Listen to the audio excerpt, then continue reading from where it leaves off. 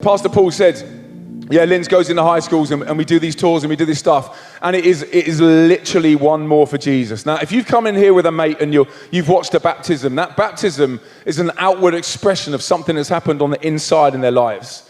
If you're a little bit confused by it, I'll explain it by saying that when the water washes you, it's like the biggest, dirtiest shower you've ever had in your life to your DNA, to the inner being of you that says you are completely brand new. So whatever's been said to you, whatever's been done to you, whatever you've done, whatever you've said, whatever's been said in your past, even 5 seconds ago, whatever's done at the cross, it is finished. Jesus said those 3 words. He stood up on the cross and he said, it's done. When he said that, those 3 words not only beat death for you, but it beat everything that's happened in your past. So whatever you've been said at school, whatever's been told you, whether you stand out from the crowd, whether someone's tweeted at you, whether someone's giving you a hard time on TikTok, whatever it is finished. We were talking to you guys about a tour that we were just about to do with a guy called Jason Derulo. Now, for the parents out here, don't go Googling Jason Derulo. You don't need that in your life. But for the kids, you understand who it is. Yeah, right? So we turn up on this tour, and I walked up to the guys, to the management, and I was like, yo, I want to share the gospel in my head. I'm not saying it out loud. I'm like, I want to share Jesus to 450,000 young people that would never step into a church like this, but they go to the MEN Arena. What do I say? So I walked up to them and I said, my name's Lindz. I'm in LZ7. They said, oh yeah, LZ7. We like you guys, man. And I said, yeah, we do stadiums and tours, but I've never done like 30 gigs back to back, all like this. And he goes, oh, it's a pleasure. It's a pleasure to have you guys. And I turned to him and I said, look, I'm churchy. Like, I'm a church boy. Like, am I okay to share my faith? And he gave me the mic and he said, it's your mic, bro. Callum Scott is going to share his faith. Jason's going to share his story. You share your story, man. So we had this opportunity to talk through a spoken word, the gospel, about how Jesus fought for peace to 450,000 young people from London to Manchester to Zagreb to Poland. And the reason we do it is to take the life-changing message of Jesus to young people through music. We do like party music, like it's real stupid EDM, white boys, sweat your back out party music. You understand what I'm saying? I love that stuff because that was me in school, t-shirt over my head, running naked around the block. You understand what I'm saying? And if we can connect... Not naked, I'm only joking. If we can connect with young people, see the whites of their eyes and say, you're worth something, the music creates the platform to speak life into their lives. So in 2018, we just found out we're going on this tour. And we were over in Nashville. And we're writing some music over in Nashville. And we'd been booked for the Houston Arena, the NRG Stadium, which is where the Super Bowl was held the year before. So we turn up to Nashville, and I got there a little bit earlier to write with a few friends. And the other guys were meeting us in Houston. So in Nashville, do our thing, and then it's our turn to get on the plane, and we sit on the plane. Now, I'm not a massive fan of takeoff. Anybody else like takeoff on a plane? No, I'm not a massive fan of it, because your head goes back, and you shoot through your G-shock kicks in. And I went on my first plane ride the other day to Belfast since COVID, and I promise you a little bit of wee fell out, because it was so exciting. But I still didn't like the takeoff. So anyway, we're sitting on this plane, and I'm sat there, and my guitarist is called Rue, and he's sat over this side. There's an aisle. There's a guy sat here, and he's sat over this side here. And when we start taking off, poof, head goes back. I put my headphones on, and I start watching The Crown. So I've got The Crown on Netflix. I'm sitting there. The guys next to me were chatting a little bit, and I'm like, you know that moment where you put the headphones on, like, don't talk to me, bruv. You understand what I'm saying? It's the perfect moment to share Jesus, but at this point, I just wanted to watch The Crown. So we take off and shoot down the runway. The plane then does that dip. I don't know if you've ever been on a plane, but it does a dip, and your whole insides go like this, and we did and we take off, and that's when my palms start sweating. And they start sweating. I grip the seat a little bit, and the guy next to me just puts his head back, and he starts to kind of mumble stuff, and I'm looking at Rue, and I'm watching The Crown, and I'm like, oh, brilliant. Then the little lady, the trolley, back in the day, we used to call them trolley dollies. That's not allowed, but they're trolley ladies, right? She comes out, and she starts coming down the aisle, and she's doing the drinks, and she gets to like aisle 3, and we're up through the clouds. We've done the shake through the clouds, and we get up to altitude, just about altitude, right? And I see her, and I'm looking down, and I'm thinking, there's a Diet Coke coming my way. This is going to be sick. This is going to be amazing. And then literally she stops, puts the brakes on the trolley, legs it back to the back of the plane, sits down, and double bolts herself in. Now I'm looking down, I'm like, yo, what the heck's going on?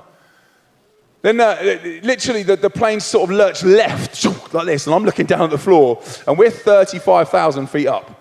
And then it lurched, and it's only a 2x2, so it's a small plane. And then it lurches right, and I'm looking this way. And then the pilot comes on, and he says, yo, doesn't say yo, he's a pilot. He says, ladies and gentlemen, we're gonna have to make an emergency landing into Memphis. And I'm like, what?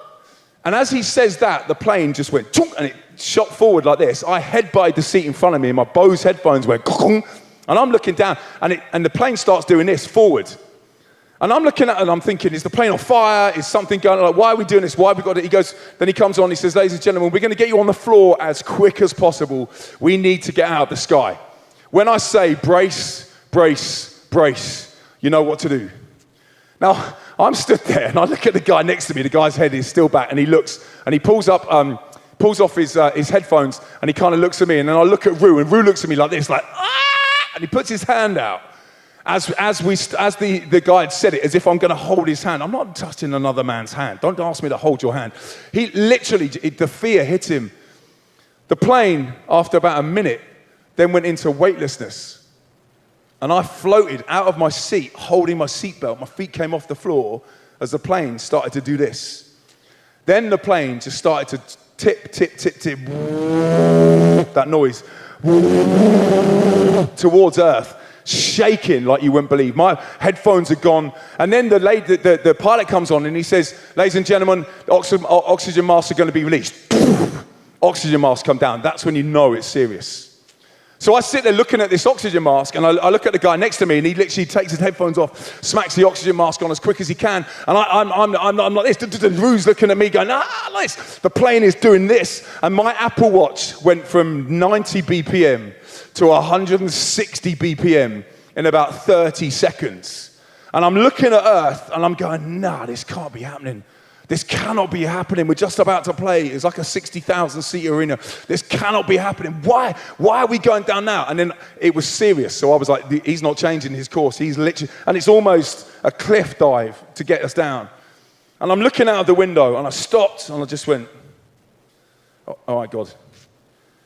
If this is my time, like look after Jack and Lucy, and I'll see him on the other side. So I prayed that kind of like final prayer thing.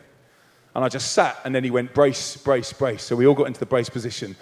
In that moment of weightlessness, the whole plane just went silent. Like everybody's just in shock, like this. As we start to dip, as soon as the plane started to dip, the whole plane erupted. Everybody on the plane started to scream. Everybody. The guy next to me was going, oh my God, oh my God, oh my God. The guy behind me was holding his ears. The pilot came on and says, it's going to hurt your chest. It's going to hurt your ears. It's going to be painful because your pressure's it's going to lose a lot of pressure. Hold tight, hold on, get the brace position. Everybody in the plane started to scream out, God, help me, in their American accents. We start coming down, and we're coming through, and the Lifeline is still here. This oxygen mask is like, buh, buh, buh, buh, buh, buh, buh. I haven't even put my oxygen mask on. And the pilot comes on, and he says, please put your oxygen mask on. It takes another minute, and it's just in front of me, like, do, do, do, do, do, do. The whole plane then fills with smoke, and I think, holy cow, I need to get this oxygen mask on. So I reach out and grab it. Now, I don't know whether you've been on a plane, but to start the oxygen, you have to pull the mask towards you to start the flow. So I put the oxygen mask on my face, and I sit there in the brace position, and we start coming through the clouds, and the whole plane is full of smoke. So everybody thinks there's an engine on fire, or the plane is going to blow up. So they're screaming. Like, I can't even give you the noise. Babies, mums, the guy next to me. I turned to the guy next to me, and I had this little verse on my phone, and I said, perfect love, and I wrote it in my notes, perfect love casts out fear, bruv. God's got this. And he's going, God help me! We come through the clouds full of smoke. We can't see a thing. I can't see what's going on. I can't see the runway. I can't see the ground. I can't see nothing. And I'm starting to shout like, oh God, you got to help us now. As we come through the clouds and we come through the kind of altitude, my ears are going, my heart's going, and bang, we hit the runway and we bounce down the runway. I could hear everybody still screaming. Even the trolley lady came walking forward. She says, I'm so thankful for you guys. You were so brave. That was amazing. You didn't freak out enough for us not to get on the floor. We walked out of the kind of walkway into the area where everybody sat, and I'm kind of walking like this because I'm like, holy, what was that? The pilot comes out and he says, at 35,000 feet, the plane depressurized. I had to get you below 10,000 feet before you passed out, but not only you passing out, I'd pass out, and then the plane would crash. He said, so I had to fly you as fast as I could to Earth to get you below the radar, below the 10,000 feet threshold of oxygen, so that we could get fresh oxygen in and the pressure. Otherwise, you would have imploded and the plane would have imploded together, and we would have turned up into like one little can of Coke, like it's been stomped on. That's what the plane would have looked like. But I got hit by two things.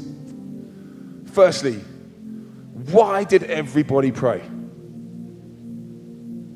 Why did everybody scream out God? Why is it the first thing they scream? Why when you stub your toe, bang, oh my God, is the first thing that comes out of your mate's mouths? Why? Because it's a God-shaped hole in there. Whatever's been put there in the first place, whatever you're trying to stuff it with is like sticking a square peg in a round hole. It ain't gonna fit. You can fill it with comments, you can fill it with Twitter likes, you can fill it with beer, you can fill it with cigs, you can fill it with weed, you can fill it with whatever you want to, but it's always gonna be a God-shaped hole. When it all goes south, when it all goes Pete Tong, everybody cries out, oh my God. The second thing is that the Lifeline, the oxygen mask, was in front of me for what felt like about 4 minutes. The only way that I was going to save my life, the only way that I was going to be able to breathe deeply was to be able to grab the mask and pull it towards me and put it on my face. Then I really lived, then I breathed. Some of you guys and girls in here, you come to church on a Sunday or you go to youth on a Friday and you think, oh yeah, no, I'm a Christian. That's like going to McDonald's every Sunday and thinking you're a Big Mac. Don't work. You have to make a choice yourself. It's not your parents' choice, it's not your mate's choice. It is your choice to pull the lifeline, but you have to pull it. God's knocking on the door of your heart, but you have to open the door to say, yes, I'm going to come in. There's a verse in the Bible in Matthew 18:12. I'm going to paraphrase it, but it says that Jesus leaves, he's talking a story, talking about a shepherd leaves the 99 and goes after the one. If there's one person in here tonight that needs to grab that lifeline and pull it towards them, then that's what I'm here for. That's what this whole night is about. It's to take you guys on that journey from death to life, from dark to light, from just existing to fully living. Because when you breathe deep with the life that God's got for you, you understand that whatever's been done in my past is finished. Those three little words, it is finished. It's done. When he died on the cross, it's all in threes, 3 words, it is finished. He died on a Friday, he rose on a Sunday, 3 days, it is finished, it's done. He rose again and beat death so that you never have to go through it. Obviously we die, but then the beauty is that God's got this promise of this eternal life in heaven. And here's the other thing. Some of you guys and girls have come in here tonight and you're finding it so hard on the inside that you're showing it on the outside. You're expressing it in some way. That could come out with you giving a bit of this. It could come out with you giving a bit of this, or it could come out with you giving it a bit of this sometimes. Or maybe you're just picking on someone and someone's picking on you and you're expressing it in a way. I believe that Jesus, before he went to the cross, he took 39 slashes across his back so you never have to cut. He took it. He took the death so you never have to give up on life and jump off the roller coaster of life. When he said it is finished, he held out the lifeline. Now's our opportunity to grab that lifeline, put it on our mouth, breathe deeply, breathe the life that God's designed for us. That's what it's all about. Now, if in some way that feels confusing, or in some way you're thinking, but that's not me, I'm talking about people that might have prayed this prayer before. You might have said yes to Jesus in the past, but you know that you're right over this end of the stage doing your thing. Life's going chill, like it's great. And God's over here going, yo, you're my girl, you're my boy, I designed you. Relationship with me. Here's the thing, that cross that Jesus made, through all the sin that we've done, all the stuff we've said, all the thoughts we've had, all the stuff that's been done to us as well, that was the bridge. And when Jesus said he leaves the 99, he goes after the one. If we stand here and we turn, God comes running across that cross and meets you right here. So I'm simply going to give you the dare of a lifetime. Some of you may have prayed this before. Some of you might have walked in and you've watched a mate get baptized. You've never prayed this. Some of you may have never made this decision for yourself. There's a thing that I learned in lockdown is hope.